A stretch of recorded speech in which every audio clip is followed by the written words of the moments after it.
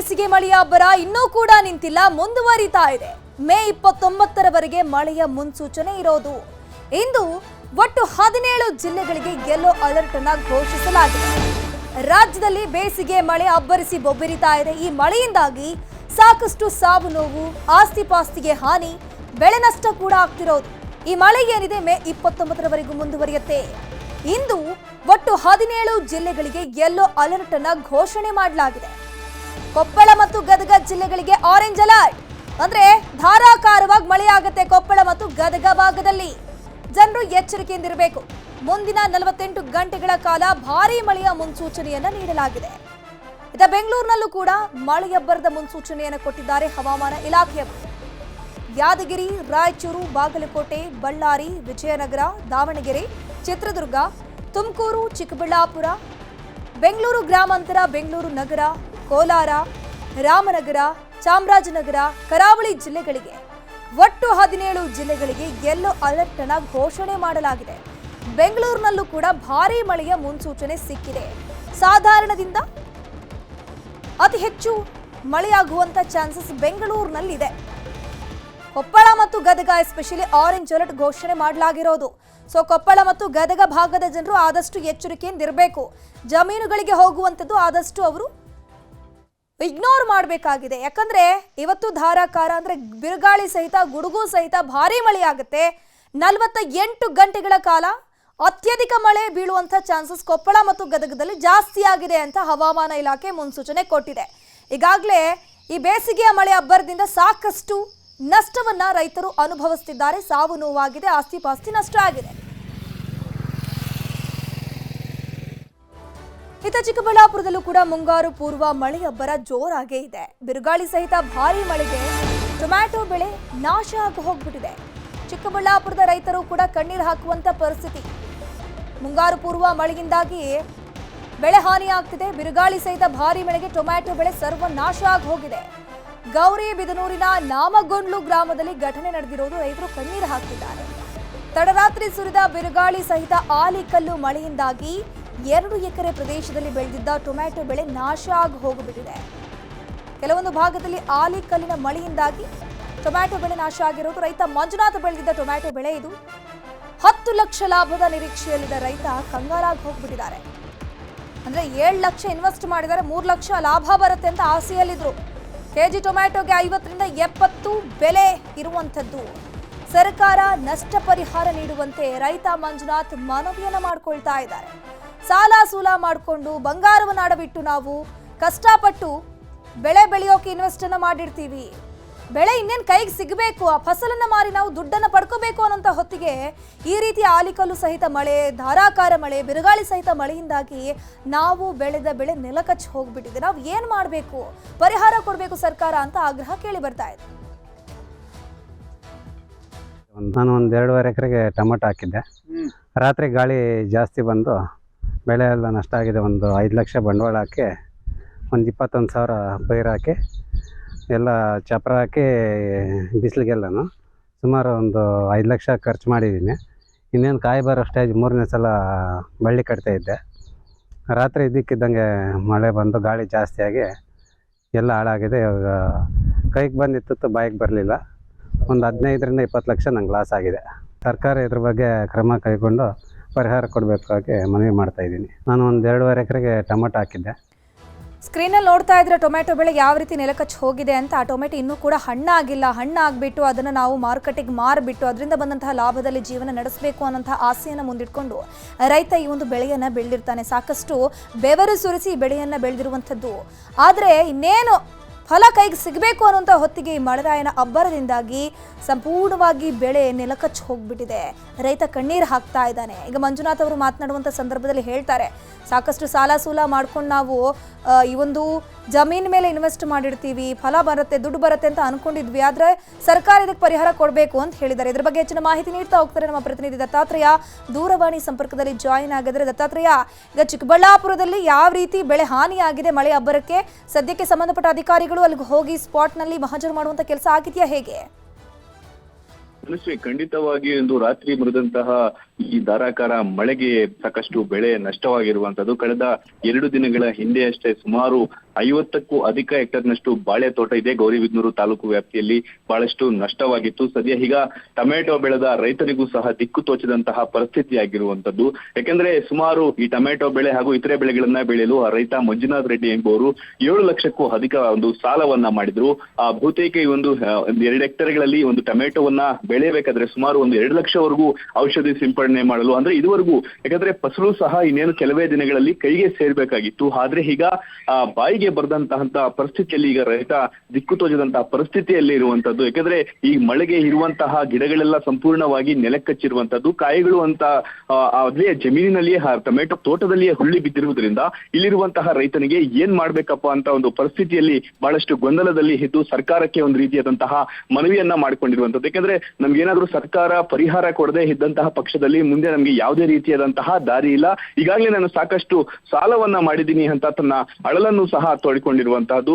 ಈ ವಿಚಾರಕ್ಕೆ ಸಂಬಂಧಿಸಿದಂತೆ ಈಗಾಗಲೇ ಬಾಳೆ ತೋಟಗಳಿಗೂ ಸಹ ಸ್ಥಳೀಯ ಶಾಸಕ ಪುಟ್ಟಸ್ವಾಮಿ ಗೌಡ ಸಹ ಭೇಟಿ ನೀಡಿ, ಜೊತೆಗೆ ಸ್ಥಳೀಯ ಅಧಿಕಾರಿಗಳು ಸಹ ಭೇಟಿ ನೀಡಿ ಪರಿಶೀಲನೆ ನಡೆಸಿ ಸರ್ಕಾರದಿಂದ ಏನು ಒಂದು ಪರಿಹಾರ ಸಿಗಬೇಕು ಅದನ್ನ ಕೊಡಿಸ್ತೀನಿ ಅಂತ ಒಂದು ಭರವಸೆಯನ್ನು ಕೊಟ್ಟು ಸರ್ಕಾರ ಕೂಡಲೇ ಇದನ್ನ ಎಚ್ಚೆತ್ತುಕೊಳ್ಬೇಕು ಅಂತ ಒಂದು ಮನವಿಯನ್ನು ಸಹ ಮಾಡಿಕೊಂಡಿರುವಂತದ್ದು. ಧನುಶ್ರೀ, ಥ್ಯಾಂಕ್ ಯು ದತ್ತಾತ್ರೇಯ ತಮ್ಮೆಲ್ಲ ಮಾಹಿತಿಗಾಗಿ.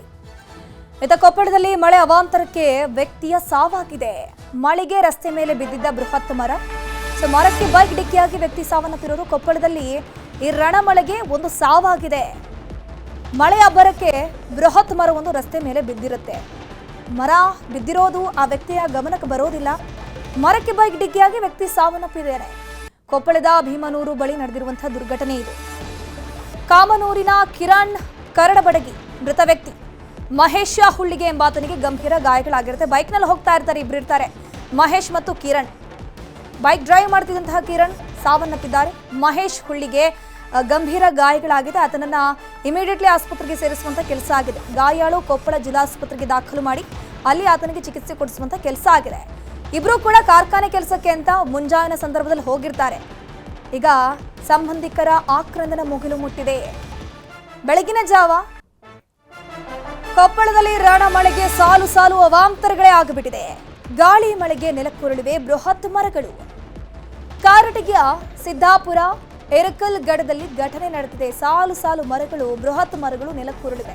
ಕಾರಟಗಿಯ ಸಿದ್ದಾಪುರ ಮತ್ತು ಇರಕಲ್ ಗಡದಲ್ಲಾಗಿರುವಂತಹ ಘಟನೆ ಇದು. ಗಾಳಿಗೆ ಕಿತ್ತು ಹೋಗಿದೆ ಬಸ್ ಸ್ಟ್ಯಾಂಡ್ನ ಮೇಲ್ಛಾವಣಿ. ಕಬ್ಬಿಣದ ಕಂಬವೂ ಕೂಡ ಕಿತ್ತು ಹೋಗಿದೆ. ನೋಡಿ, ಗಮನಿಸೋಗುವುದಲ್ಲಿ ಎಷ್ಟರ ಮಟ್ಟಿಗೆ ಬಿರುಗಾಳಿ ಬೀಸಿದೆ ಅನ್ನುವಂಥದ್ದು. ಬಸ್ ಸ್ಟ್ಯಾಂಡ್ನ ಮೇಲ್ಛಾವಣಿಯೇ ಕಿತ್ತು ಹೋಗಿದೆ. ಕಬ್ಬಿಣದ ಕಂಬ ಕಿತ್ತು ಹೋಗಿ ಭಾರಿ ಅನಾಹುತ ತಪ್ಪಿದೆ. ನಿಲ್ದಾಣದ ಪಕ್ಕ ಮನೆ ಮೇಲೆ ಆ ಒಂದು ಬೃಹತ್ ಕಂಬ ಹೋಗಿ ಬಿದ್ದಿದೆ. ಇತ್ತ ಯಾದಗಿರಿ ಜಿಲ್ಲೆಯಲ್ಲಿ ಧಾರಾಕಾರ ಮಳೆ ಹಿನ್ನೆಲೆ ಮಳೆಗೆ ಬೃಹತ್ ಮರಗಳು ನೆಲಕ್ಕುರುಳಿವೆ. ವಡಿಗೇರಾದ ತುಮಕೂರು ಬಳಿ ಘಟನೆ ಆಗಿರೋದು. ಯಾದಗಿರಿಯಲ್ಲೂ ಕೂಡ ಅದೇ ಒಂದು ಘಟನೆ. ಬೃಹತ್ ಮರಗಳು ನೆಲಕ್ಕೆ ಅಪ್ಪಳಿಸಿರುವಂಥದ್ದು. ಹೆದ್ದಾರಿಯ ಮೇಲೆ ಮರ ಬಿದ್ದಿದೆ. ಸಂಚಾರ ಸಂಪೂರ್ಣವಾಗಿ ಅಸ್ತವ್ಯಸ್ತವಾಗಿದೆ. ಮರ ಬಿದ್ದ ಪರಿಣಾಮ ಪ್ರಯಾಣಿಕರು ಪರದಾಟ ನಡೆಸಿದ್ದಾರೆ. ಹೆದ್ದಾರಿ ಮೇಲೆಯೇ ಮರ ಬಿದ್ದಿರೋದಲ್ವಾ, ಹಾಗಾಗಿ ವಾಹನ ಸವಾರರು ಪರದಾಟವನ್ನು ನಡೆಸಿದ್ರು. ಯಾದಗಿರಿ ಜಿಲ್ಲಾ ಕೇಂದ್ರಕ್ಕೆ ಬರೋಕೆ ಹರಸಾಹಸ ಪಡಲಾಗ್ತಾ ಇದೆ ಇಲ್ಲಿ. ಯಾಕಂದ್ರೆ ಆ ರಸ್ತೆ ಮೂಲಕನೇ ಯಾದಗಿರಿಯ ಜಿಲ್ಲಾ ಕೇಂದ್ರಕ್ಕೆ ಬರಬೇಕು, ಅದೇ ದಾರಿ. ಸೊ ಹಾಗಾಗಿ ಅಲ್ಲೇ ಬೃಹತ್ ಮರ ಬಿದ್ದಿದೆ. ಇನ್ನೂ ಕೂಡ ತೆರವುಗೊಳಿಸುವಂತ ಕೆಲಸ ಆಗಿಲ್ಲ. ಸೊ ಹಾಗಾಗಿ ಅಲ್ಲಿ ಜನರು, ವಾಹನ ಸಂಚಾರರು ಪರಿತಪಿಸ್ತಾ ಇದ್ದಾರೆ. ಇದರ ಬಗ್ಗೆ ಹೆಚ್ಚಿನ ಮಾಹಿತಿ ನೀಡ್ತಾ ಹೋಗ್ತಾರೆ ನಮ್ಮ ಪ್ರತಿನಿಧಿ ಶರಣಪ್ಪ ಬಾಚುಲಾಪುರ. ಶರಣಪ್ಪ, ಈಗ ಮುಂಗಾರು ಪೂರ್ವ ಮಳೆ ಅಬ್ಬರ ಯಾವ ರೀತಿ ಇದೆ ಕೊಪ್ಪಳ ಭಾಗದಲ್ಲಿ? ಎಲ್ಲೆಲ್ಲಿ ಏನೇನು ಅನಾಹುತಗಳಾಗಿದೆ? ಓಕೆ ಧನುಷ್, ಈಗಾಗಲೇ ಮುಂಗಾರು ಮಳೆ ಆರಂಭ ಆಗಿದೆ. ಅಂದ್ರೆ ಮುಂಗಾರು ಪೂರ್ವದಲ್ಲಿ ಈಗಾಗಲೇ ಮಳೆ ಅಬ್ಬರಿಸ್ತಾ ಇದೆ.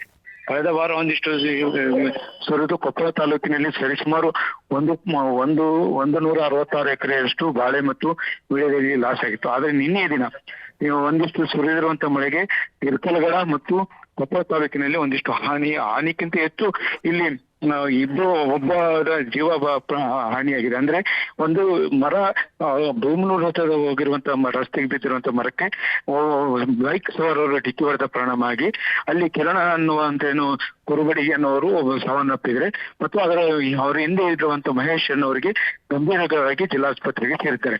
ಇನ್ನೊಂದ್ ಕಡೆ ಇಲ್ಲಿ ಇರ್ಕಲ್ಗಡದಲ್ಲಿ ಇರುವಂತ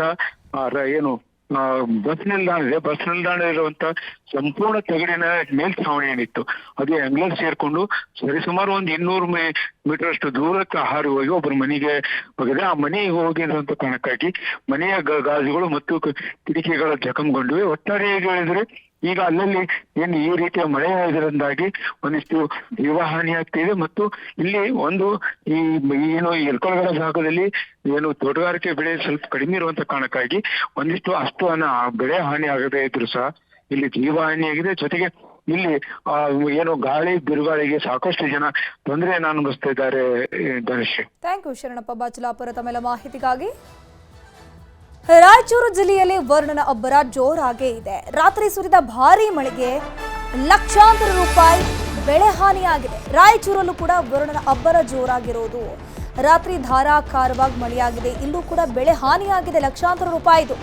ಲಿಂಗಸಗೂರಿನ ಪಿಕಳಿಹಾಳ ಗ್ರಾಮದಲ್ಲಿ ಭಾರೀ ಮಳೆಯಾಗಿದೆ.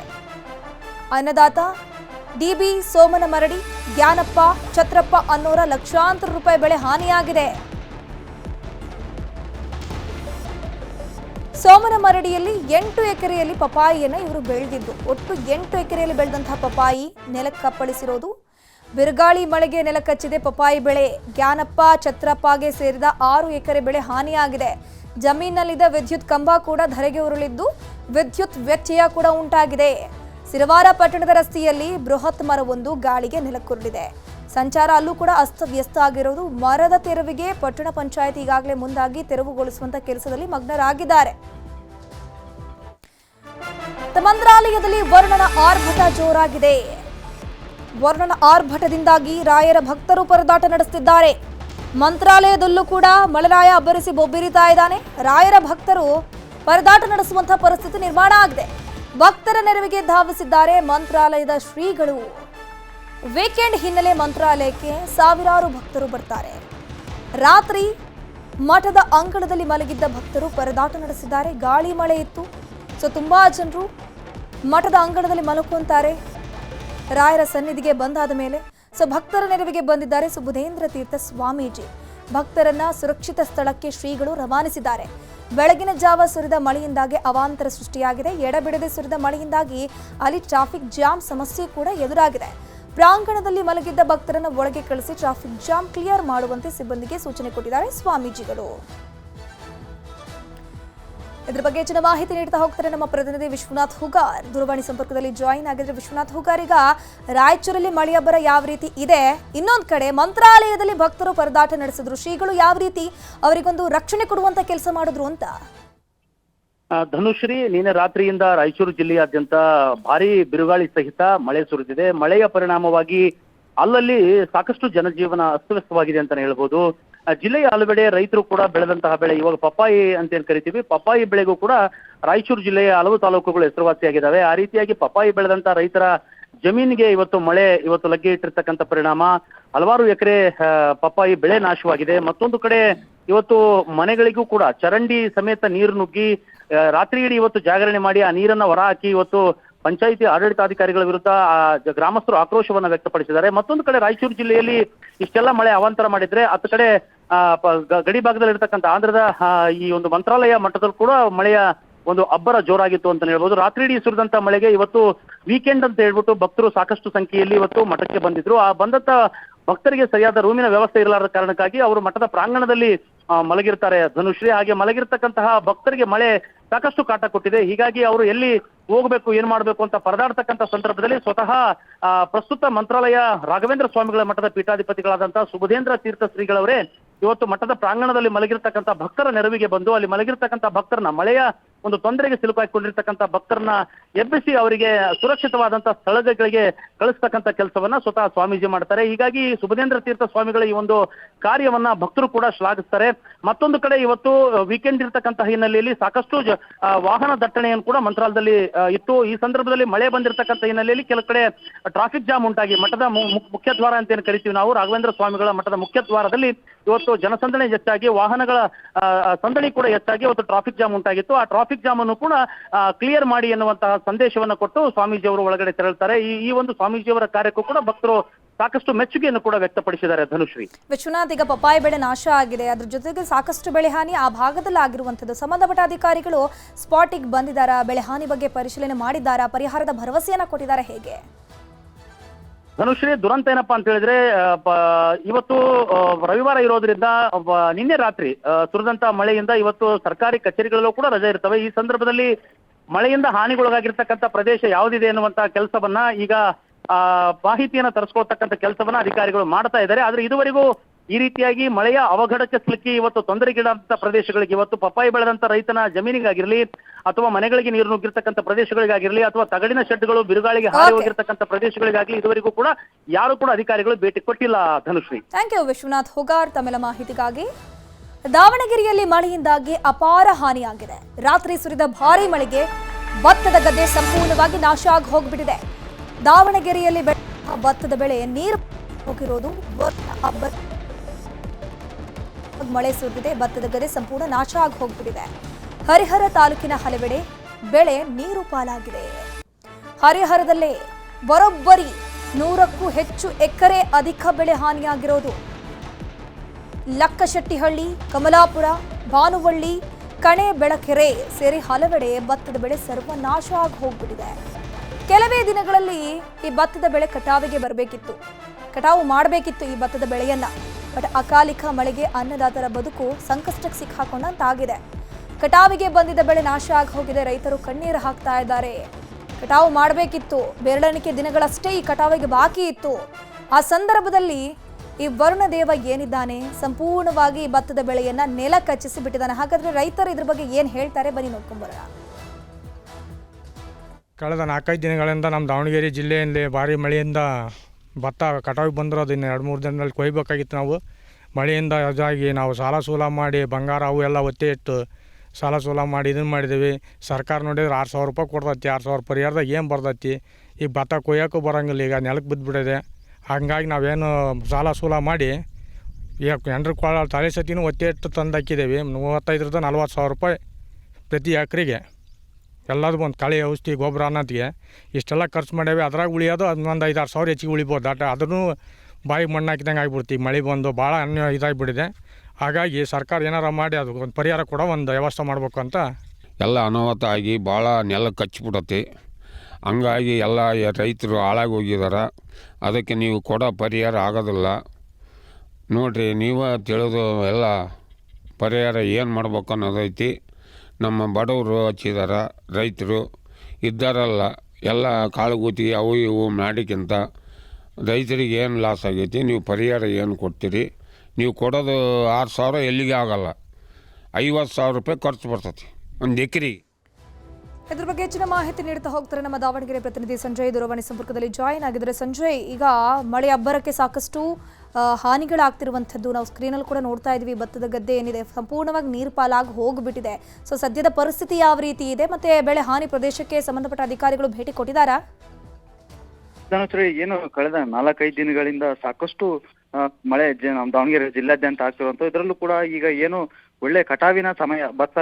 ಹಾಗಾಗಿ ಸಾಕಷ್ಟು ಏನು ಜಿಲ್ಲಾದ್ಯಂತ ಒಂದು 1000 ಎಕರೆನೆ ಹಾಳಾಗಿದೆ ಅಂತಾನೆ ಹೇಳ್ಬೋದು ಭತ್ತ. ಯಾಕಂದ್ರೆ ಇನ್ನೇನು 4-5 ದಿನ ಕಳೆದ್ರೆ ನಾವು ಕಟಾವ್ ಮಾಡ್ತಿದ್ವಿ, ಅವನ್ನ ಮಾರಾಟ ಮಾಡಿ ಅಟ್ಲೀಸ್ಟ್ ಈಗ ನಾವೆಲ್ಲ ಬಂಗಾರಗಳನ್ನ ಅಡವಿಟ್ಟು ಸಾಲವನ್ನು ತಂದು ಈ ಬೆಳೆಗೆ ಹಾಕಿದ್ವಿ. ಈಗ ಇನ್ನೇನು ಕೈಗೆ ಬಂತು ಅನ್ನೋ ಟೈಮಲ್ಲಿ ಈ ರೀತಿ ಎಲ್ಲ ಹಾಳಾಗೋಗಿದೆ. ಅದಲ್ಲದೆ ಕೂಡ ಇಷ್ಟೊಂದು ಹಾಳಾಗಿದ್ರು ಕೂಡ ಸರ್ಕಾರದಿಂದ ಮಾತ್ರ ಒಂದು 5-6 ಸಾವಿರ ರೂಪಾಯಿ ಏನೋ ಸರ್ಕಾರದಿಂದ ಬರುತ್ತೆ. ಆದ್ರೆ ಬಂದ್ರೆ ಅದು ಲಾಸ್ ತುಂಬ್ಕೊಳಕ್ ಆಗಲ್ಲ. ಯಾಕಂದ್ರೆ ನಾವು ಎಕರೆಗೆ 40,000-45,000 ರೂಪಾಯಿ 50,000ವರೆಗೂ ಖರ್ಚು ಮಾಡ್ತೀವಿ. ಅದರಲ್ಲೇ ಗೊಬ್ಬರ ಎಲ್ಲದೂ ಕೂಡ ರೇಟ್ ಜಾಸ್ತಿ ಇದೆ. ಆದ್ರೆ ನಮ್ಮ ಬೆಳೆಗೆ ಮಾತ್ರ ಕ್ವಿಂಟಲ್ಗೆ ಏನು 1,500-2,000 ರೂಪಾಯಿವರೆಗೂ ಸಿಗುತ್ತೆ ಅಷ್ಟೇ. ಹಾಗಾಗಿ ನಾವೀಗ ಸಾಕಷ್ಟು ಸಂಕಷ್ಟಕ್ಕೆ ಸಿಲುಕಿದ್ದೀವಿ. ಸರ್ಕಾರ ಇದಕ್ಕೆ ಮುಂದಾಗಿ ನಮಗೆ ಆದಷ್ಟು ಏನು ಪರಿಹಾರವನ್ನ ಹೆಚ್ಚಿಗೆ ಮಾಡಿ ಕೊಟ್ರೆ ಅಟ್ಲೀಸ್ಟ್ ನಾವು ಮಾಡಿದಂತ ಸಾಲವನ್ನು ತೀರಿಸಬಹುದು. ಇಲ್ಲಾಂದ್ರೆ ಮತ್ತೆ ಕಂಟಿನ್ಯೂ ನಾವು ಸಾಲದಲ್ಲೇ ಮುಳುಗುವಂತ ಸ್ಥಿತಿ ರೈತರದ್ದು ಆಗುತ್ತೆ ಅಂತೇಳಿ ಸಾಕಷ್ಟು ಅಳಲನ್ನ ದಾವಣಗೆರೆ ಜಿಲ್ಲಾದ್ಯಂತ ರೈತರು ತೋಡ್ಕೊಂತಿರುವಂತದ್ದು. ಧನುಶ್ರೀ, ಥ್ಯಾಂಕ್ ಯು ಸಂಜಯ್ ತಮ್ಮೆಲ್ಲ ಮಾಹಿತಿಗಾಗಿ. ಹೆದ್ದಾರಿ ಕಾಮಗಾರಿಯಿಂದಾಗಿ ಮನೆಗಳಿಗೆ ಮಳೆಯ ನೀರು ನುಗ್ಗಿದೆ. ಹೊಸಪೇಟೆ ತಾಲೂಕಿನ ಗಾದಿಗನೂರು ಗ್ರಾಮದಲ್ಲಿ ಘಟನೆ ನಡೆದಿರೋದು. ಇಷ್ಟೊತ್ತು ನಾವು ನೋಡಿದ್ವಲ್ಲ, ಅದು ಪ್ರಕೃತಿಯಿಂದ ಆಗಿರುವಂತಹ ಹಾನಿ. ಆದ್ರೆ ಇಲ್ಲಿ ಮಾನವ ನಿರ್ಮಿತ ಹಾನಿಗಳಾಗ್ತಾ ಇದೆ ನೋಡಿ. ಕಾಮಗಾರಿಯಿಂದಾಗಿ ಮನೆಯ ಒಳಗಡೆ ಮಳೆಯ ನೀರು ನುಗ್ಗಿದೆ. ಹೊಸಪೇಟೆ ತಾಲೂಕಿನ ಗಾದಿಗನೂರು ಗ್ರಾಮದಲ್ಲಾಗಿರೋ ಘಟನೆ ಇದು. ಪ್ರಾಧಿಕಾರದ ವಿರುದ್ಧ ಗ್ರಾಮಸ್ಥರು ಆಕ್ರೋಶ ವ್ಯಕ್ತಪಡಿಸ್ತಾ ಇದ್ದಾರೆ, ಪ್ರತಿಭಟನೆಯನ್ನು ಮಾಡಿದ್ದಾರೆ. ರಾಷ್ಟ್ರೀಯ ಹೆದ್ದಾರಿ ಪ್ರಾಧಿಕಾರದ ಅಧಿಕಾರಿಗಳು ಭೇಟಿ ಕೊಟ್ಟಿದ್ದಾರೆ. ಪೊಲೀಸರ ಜೊತೆಗೆ ಆಗಮಿಸಿ ಸ್ಥಳ ಪರಿಶೀಲನೆಯನ್ನು ಮಾಡಿದ್ದಾರೆ. ಆದಷ್ಟು ಬೇಗ ಈ ಸಮಸ್ಯೆಯನ್ನು ಬಗೆಹರಿಸುವಂತೆ ಗ್ರಾಮಸ್ಥರು ಪ್ರತಿಭಟನೆಯನ್ನ ಮಾಡಿದ್ದಾರೆ. ಸೊ ಈ ಎಲ್ಲ ಗ್ರಾಮಸ್ಥರ ಮನೆಗಳಿಗೆ ಏನಿದೆ ಈ ಒಂದು ಹೆದ್ದಾರಿ ಕಾಮಗಾರಿ ಏನಿದೆ ಆ ಕಾಮಗಾರಿಯಿಂದಾಗಿ ಮಳೆಯ ನೀರು ನಿಂತು ಅದು ಅವರ ಮನೆಯ ಒಳಗಡೆ ಬರ್ತಾ ಇದೆ. ಮನೆ ಒಳಗಡೆ ಬಂದಿದ್ದರಿಂದ ಮನೆಯ ಒಳಗಡೆ ಇರುವಂತಹ ಪೀಠೋಪಕರಣಗಳಿರ್ಬೋದು, ದವಸ ಧಾನ್ಯಗಳಿರ್ಬೋದು ಎಲ್ಲವೂ ಕೂಡ ನೀರು ಪಾಲಾಗಿ ಹೋಗಿದೆ. ಅದರ ಜೊತೆಗೆ ಒಂದಷ್ಟು ವಿಷ ಜಂತುಗಳು ಕೂಡ ಒಳಬರುವಂಥ ಚಾನ್ಸಸ್ ಹೆಚ್ಚಿದೆ. ಇನ್ನು ವಿಜಯನಗರ ಜಿಲ್ಲೆಯಾದ್ಯಂತ ಮಳೆ ಅವಾಂತರ ಸೃಷ್ಟಿಯಾಗಿದೆ. ಮಳೆಗೆ ಮನೆಯ ಕಾಂಪೌಂಡ್ ಗೋಡೆ ಕುಸಿತ ಆಗಿದೆ. ಮಳೆಯ ಬರಕ್ಕೆ ಇಲ್ಲೊಂದು ಕಡೆ ಮನೆಯ ಕಾಂಪೌಂಡ್ ಗೋಡೆಯೇ ಕುಸಿತ ಆಗಿದೆ. ಹೊಸಪೇಟೆಯ ಧರ್ಮಸಾಗರ ಗ್ರಾಮದಲ್ಲಿ ಘಟನೆ ನಡೆದಿರೋದು. ಕಲ್ಮುಂಗಿ ತಿಮ್ಮನಗೌಡ ಅವರ ಕಾಂಪೌಂಡ್ ಕುಸಿತ ಆಗಿದೆ. ಕೆಲ ಮನೆಗಳಿಗೆ ಮಳೆಗೆ ನೀರು ಕೂಡ ನುಗ್ಗಿದೆ. ಜನರು ಪರದಾಟವನ್ನು ನಡೆಸ್ತಾ ಇದ್ದಾರೆ. ಬಿತ್ತನೆ ಬೀಜವನ್ನ ಇಟ್ಕೊಂಡಿದ್ರು, ಅದು ಕೂಡ ನೀರಿನಲ್ಲಿ ಕೊಚ್ಕೊಂಡು ಹೋಗ್ಬಿಟ್ಟಿದೆ. ಮಳೆಗೆ ಬಿದ್ದಂತಹ ಜಮೀನಿನಲ್ಲಿ ಟ್ರಾನ್ಸ್ಫಾರ್ಮರ್ ಏನಿದೆ ಅದು ಕೂಡ ಮಳೆ ಅಬ್ಬರಕ್ಕೆ ಬಿದ್ದು ಹೋಗಿದೆ ಭಾರಿ ಗಾಳಿಯಿಂದಾಗಿ.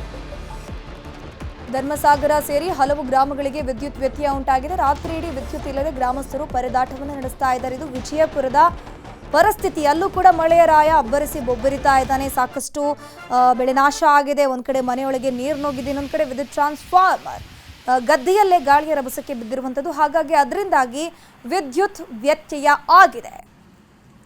ಇದರ ಬಗ್ಗೆ ಹೆಚ್ಚಿನ ಮಾಹಿತಿ ನೀಡ್ತಾ ಹೋಗ್ತಾರೆ ನಮ್ಮ ಪ್ರತಿನಿಧಿ ಬಸವರಾಜ್. ದೂರವಾಣಿ ಸಂಪರ್ಕದಲ್ಲಿ ಜಾಯಿನ್ ಆಗಿದ್ರೆ ಬಸವರಾಜ್, ಆ ಭಾಗದಲ್ಲಿ ಮಳೆಯ ಅಬ್ಬರಕ್ಕೆ ಯಾವ ರೀತಿ ಹಾನಿಗಳು ಆಗಿದೆ?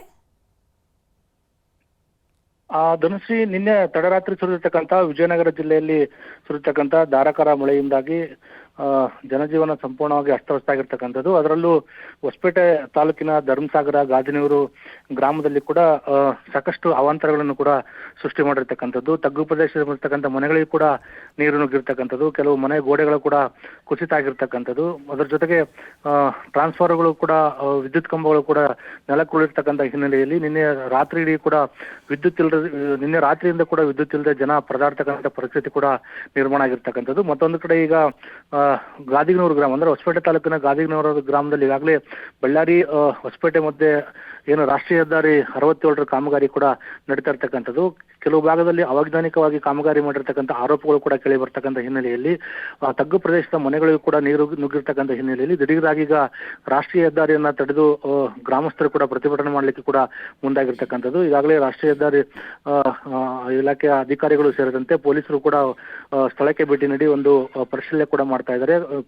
ಏನು ಹೆದ್ದಾರಿ ತಡೆ ಮಾಡಿರ್ತಕ್ಕಂಥ ಹಿನ್ನೆಲೆಯಲ್ಲಿ ಸುಮಾರು 5 ಕಿಲೋಮೀಟರ್ಗೂ ಹೆಚ್ಚು ಒಂದು ರಸ್ತೆ ಒಂದು ಜಾಮ್ ಕೂಡ ಆಗಿರ್ತಕ್ಕಂಥದ್ದು. ಪ್ರಯಾಣಿಕರು ಕೂಡ ಸಾಕಷ್ಟು ಬಸ್ಗಳು ಸೇರಿದಂತೆ ವಾಹನಗಳು ಕೂಡ ಸಾಕಷ್ಟು ಟ್ರಾಫಿಕ್ ಜಾಮ್ ಕೂಡ ಉಂಟಾಗಿರ್ತಕ್ಕಂಥದ್ದು. ಪ್ರತಿಭಟನೆ ಕೂಡ ಮುಂದುವರೆದಿರ್ತಕ್ಕಂಥದ್ದು. ಮನವೊಲಿಸ್ತಕ್ಕಂಥ ಪ್ರಯತ್ನಗಳು ಕೂಡ ನಡೀತಾ ಇದೆ. ಯಾಕಂದ್ರೆ ರಾಷ್ಟ್ರೀಯ ಹೆದ್ದಾರಿ ಕಾಮಗಾರಿಯಿಂದಾಗಿ ಈ ಗ್ರಾಮಗಳಿಗೆ ಕೂಡ ತಗ್ಗು ಪ್ರದೇಶದ ಮನೆಗಳಿಗೆ ಕೂಡ ನೀರು ನುಗ್ತಾ ಇರ್ತಕ್ಕಂಥದ್ದು. ಪ್ರತಿ ಮಳೆಗಾಲದ ಸಂದರ್ಭದಲ್ಲಿ ಕೂಡ ಈ ರೀತಿಯ ಅವಾಂತರಗಳು ಕೂಡ ಸೃಷ್ಟಿ ಆಗ್ತಾ ಇದೆ ಅನ್ನೋ ಆರೋಪಗಳು ಕೂಡ ಗ್ರಾಮಸ್ಥರು ಮಾಡ್ತಾ ಇರ್ತಕ್ಕಂಥದ್ದು. ಥ್ಯಾಂಕ್ ಯು ಬಸವರಾಜ್ ತಮ್ಮೆಲ್ಲ ಮಾಹಿತಿಗಾಗಿ. ಬೆಂಗಳೂರಿನಲ್ಲಿ ನಡೆದ ಬೌರಿಂಗ್ ದುರಂತವನ್ನು ನೆನಪಿಸುತ್ತೆ ಈ ಕಾಂಪೌಂಡ್ ದುರಂತ. ಮೈಸೂರಿನ ಪಾರಂಪರಿಕ ಕಟ್ಟಡದ ಕಾಂಪೌಂಡ್ ಕುಸಿಯೋ ಭೀತಿಯಲ್ಲಿದೆ. ಬೆಂಗಳೂರಿನಲ್ಲಿ ಮೊನ್ನೆ ಬೌರಿಂಗ್ ದುರಂತದಲ್ಲಿ ಯಾವ ರೀತಿ ಸಾವು ನೋವಾಯಿತು ನೋಡಿ, ಆ ದುರಂತ ಇಲ್ಲಿ ಆಗುವಂತ ಚಾನ್ಸಸ್ ಇದೆ. ಎಲ್ಲ ಲಕ್ಷಣಗಳು ಕಾಣಿಸ್ತಾ ಇದೆ. ಮೈಸೂರಿನ ಪಾರಂಪರಿಕ ಕಟ್ಟಡದ ಕಾಂಪೌಂಡ್ ಕುಸಿಯೋ ಭೀತಿ ಎದುರಾಗಿದೆ. ಯಾವ ಘಳಿಗೆಯಲ್ಲಿ ಕುಸಿದು ಬೀಳುತ್ತೋ ಗೊತ್ತಿಲ್ಲ. ಜನರು ಆತಂಕದಲ್ಲೇ ದಿನ ದೂಡ್ತಾ ಇದ್ದಾರೆ. ಸಂಸ್ಕೃತ ಪಾಠಶಾಲಾ ಕಾಂಪೌಂಡ್ ಸ್ಥಿತಿ ಹೇಗಿದೆ ಗೊತ್ತಾ? ಮೈಸೂರಿನ ಹೃದಯ ಭಾಗದಲ್ಲಿರುವಂತಹ ಶಾಲಾ ಕಾಂಪೌಂಡ್ ಬೀಳುವಂತಹ ಪರಿಸ್ಥಿತಿಯಲ್ಲಿದೆ. ಬನುಮಯ್ಯ ರಸ್ತೆಗೆ ಹೊಂದಿಕೊಂಡಿರುವಂತಹ ಕಾಂಪೌಂಡ್ ಇದು. ರಸ್ತೆ ಭಾಗದಲ್ಲಿ ಜನರು ಸಂಚಾರ ಮಾಡ್ತಾರೆ. ಯಾವ ಕ್ಷಣದಲ್ಲಾದ್ರೂ ಬೀಳೋ ಹಂತದಲ್ಲಿದೆ. ನೀವು ಸ್ಕ್ರೀನಲ್ಲಿ ನೋಡ್ತಾ ಇದ್ದೀರಾ ಯಾವ ರೀತಿ ಆ ರಸ್ತೆ ಆಲ್ರೆಡಿ ಆ ಕಾಂಪೌಂಡ್ ಏನಿದೆ, ಕಾಂಪೌಂಡ್ ಒಳಭಾಗದಲ್ಲಿರುವಂತಹ ಮಣ್ಣುಗಳೆಲ್ಲ ಕಿತ್ತು ಹೊರಗಡೆ ಬಂದಾಗಿದೆ. ಒಳಭಾಗದಲ್ಲಿ ಪೂರ್ತಿ ಟೊಳ್ಳಾಗಿ ಹೋಗ್ಬಿಟ್ಟಿದೆ. ಯಾವ ಕ್ಷಣದಲ್ಲಾದ್ರೂ ಆ ಕಾಂಪೌಂಡ್ ಕುಸಿಯೋ ಭೀತಿಯಲ್ಲಿದೆ. ಆ ರಸ್ತೆ ಪಕ್ಕದಲ್ಲೇ ಸಾಕಷ್ಟು ಜನರು ನಡ್ಕೊಂಡು ಹೋಗ್ತಾರೆ. ಸಂಸ್ಕೃತ ಪಾಠವನ್ನು ಹೇಳುವಂತಹ ಒಂದು ಶಾಲೆಯ ಕಾಂಪೌಂಡ್ ಇದು. ಈ ಕಾಂಪೌಂಡ್ ಬಗ್ಗೆ ಅಲ್ಲಿನ ಸ್ಥಳೀಯರು ಏನು ಹೇಳ್ತಾರೆ ಬನ್ನಿ ನೋಡ್ಕೊಂಬರೋಣ. ಮೈಸೂರಿನ ಸಂಸ್ಕೃತ ಪಾಠಶಾಲೆಯಲ್ಲಿ ಅದು ಹಳೆ ಬಿಲ್ಡಿಂಗ್ ಆಗಿರೋದ್ರಿಂದ ಈಗ ಒಂದು 2-3 ಕಡೆ ಕುಸಿತವನ್ನು ಕಂಡಿರೋದು ನಾವು ಈಗ ಗಮನಕ್ಕೆ ಬಂದಿದೆ. ಮೈಸೂರು ಸಾಂಸ್ಕೃತಿಕ ರಾಜಧಾನಿ ಆಗಿರೋದ್ರಿಂದ ಮೈಸೂರಿನಲ್ಲಿ ಹೆರಿಟೇಜ್ ಬಿಲ್ಡಿಂಗ್ಗಳು ತುಂಬ ಇದೆ. ಅದಕ್ಕೆ ಆದಂಥ ಮೈಸೂರು ಹೆಸರುವಾಸಿಯಾಗಿದೆ. ಮುಂದಿನ ದಿನಗಳಲ್ಲಿ ಮಳೆ ಅಭಾವ ಇರೋದ್ರಿಂದ ಅದಕ್ಕೋಸ್ಕರ ನೀವು ಹೆರಿಟೇಜ್ ಬಿಲ್ಡಿಂಗ್ಗಳು ಎಲ್ಲೆಲ್ಲಿದೆ ಅದಕ್ಕೆ ಅದಕ್ಕೆ ಆದಂಥ ಒಂದು ಸಮಿತಿಯನ್ನು ಮಾಡಿ ಅದನ್ನು ಪರಿಶೀಲನೆ ಮಾಡಿ ಯಾವುದ್ಯಾವುದೋ ಕುಸಿಯಕ್ಕಂಥ ಹಾದಿಗಳಿದೆ ಅದನ್ನು ದುಸ್ಥಿತಿ ಮಾಡೋಂಥದ್ದು, ಇಲ್ಲಾಂದರೆ ಬೇರೆ ಕಟ್ಟಡ ಕಟ್ಟೋಂಥ ವ್ಯವಸ್ಥೆಗಳನ್ನ ಈ ಕ್ಷಣದಲ್ಲೇ ಮಾಡಬೇಕು. ಈಗ ಏನಕ್ಕೆ ಕೇಳ್ತಾ ಇದ್ದೀನಿ ಅಂತಂದರೆ, ಈ ಕಳೆದ ತಿಂಗಳಲ್ಲಿ ಬೆಂಗಳೂರು ಬೋರಿಂಗ್ ಹಾಸ್ಪಿಟಲಲ್ಲಿ ಕಾಂಪೌಂಡ್ ಕುಸಿದು ಎಷ್ಟು ಜನ ಏನು ಸಮಸ್ಯೆ ಆಗಿತ್ತು ಅಂತ ಎಲ್ಲ ಕರ್ನಾಟಕ ಜನ ನೋಡಿದ್ದಾರೆ. ಅದಕ್ಕೋಸ್ಕರ ಸುಮ್ಮನೆ ಸರ್ಕಾರಕ್ಕೆ ಕೆಟ್ಟ ಹೆಸರು ಬರೋದು ಬೇಡ. ಆಮೇಲೆ ಆ ಬಿಲ್ಡಿಂಗ್ ಪಕ್ಕದಲ್ಲಿ ಯಾರು ವ್ಯಾಪಾರಸ್ಥರು ವ್ಯಾಪಾರ ಮಾಡಬೇಕಾದ್ರೆ ಒಬ್ಬ ಕಡು ಬಿಡುವರು ಮತ್ತು ಯಾರು ತಿರುಗಾಡ್ಬೇಕಾದ್ರೆ ಅದು ಕುಸಿದಾಗ ನಾಳೆ ದಿನ ಸಮಸ್ಯೆಗಳಾದಾಗ ಸಾರ್ವಜನಿಕರಿಗೆ ಇದಕ್ಕೆ ಪರಿಹಾರ ಏನು ಕೊಡಬೇಕಾಗುತ್ತೆ. ಆಮೇಲೆ ಸರ್ಕಾರಕ್ಕೆ ಕೆಟ್ಟ ಹೆಸರು ಬರುತ್ತೆ. ಅದಕ್ಕೋಸ್ಕರ ದಯಮಾಡಿ ಜಿಲ್ಲಾಡಳಿತ ಎಚ್ಚೆತ್ಕೊಂಡು ಮೈಸೂರು ನಗರ ಪಾಲಿಕೆ ಇರ್ಬೋದು, ಜಿಲ್ಲಾಡಳಿತ ಸೇರಿಕೊಂಡು ಎಲ್ಲೇ ಹೆರಿಟೇಜ್ ಬಿಲ್ಡಿಂಗ್ಗಳಿದೆ ಅದನ್ನೆಲ್ಲ ಒಂದು ಪರಿಶೀಲನೆ ಮಾಡಿ, ಮುಂದಿನ ದಿನ ಮಳೆ ಬರೋ ಅಭಾವ ಹೆಚ್ಚಾಗಿರೋದ್ರಿಂದ ದಯಮಾಡಿ ಇದನ್ನು ಪರಿಶೀಲನೆ ಮಾಡಿ ಇದಕ್ಕೊಂದು ಕ್ರಮ ಕೈಗೊಳ್ಳಬೇಕು ಅಂತ ನನ್ನ ಒಂದು ಮನವಿ.